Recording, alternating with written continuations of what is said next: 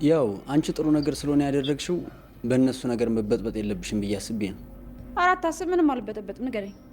ልጆቻችን መለመኛ ያደረገችብን፣ አድራሻዋንም አናውቅም።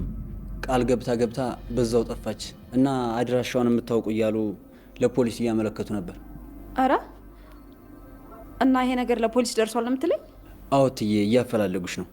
እኔ ላንቺ እየፈራው ነበር። አታስብ፣ ምንም የሚያስፈራ ነገር የለም። እኔ ሁሌ መፍትሄ አላጣም። ግን አንድ ነገር እንድታደርግልኝ። ምንድን ነው እሱ? እምቢ እንዳትለኝ። የሚቻል ከሆነ አድርገዋለሁ። በጣም ጥሩ፣ ትችላለህ። የማይቻል ነገር የለም። ምን መሰለህ፣ ወደ ገጠር ተመልሰህ ትሄድና የተወሰነ ገንዘብ ለሰዎቹ ታደርስልኛለህ። ማን? እኔ? አዋ አንተ። ሌላ ማን ይሆናል? አይ ይሄ ነገር እንኳን ይቅርብኝ። መኩ ደግሞ አንተ እኮ ስራ መስራትና ገንዘብ ማግኘት አለብህ። ቆይ አይንዬ እንደስ እንዲላት አትፈልግም እንዴ? እፈልጋለሁ፣ ግን ደግሞ እንደዚህ ሰርቻ አይደለማ። ስራ ነው። የምን ምርጫ ነው ደግሞ? እሺ በላይ መኩ፣ እኔ እናንተ እንደ እናትና ልጅ ቆንጆ ስራ እንሰራለን። እሺ ላስብበት። ጥሩ፣ በቃ እንድታስብበት ቀን እሰጥሃለሁ። አሁን ውጭ የምሰራው ስራ ስላለኝ ወጥቼ እመጣለሁ። መሲና ይታታ? አይ አላየኋት። በቃ እኔ ራሴ እጠራታለሁ። በገህዋ በስልክ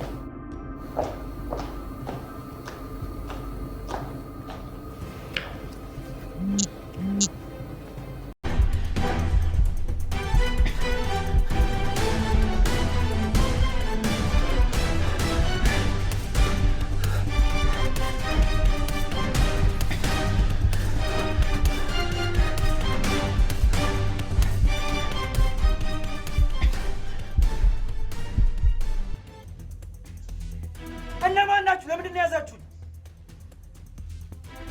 የሚያናግረኝ ሰው የለም? ምን ፈልጋችሁ ነው? እረፉ። የተሳሳተ ሰው ነው የያዛችሁት።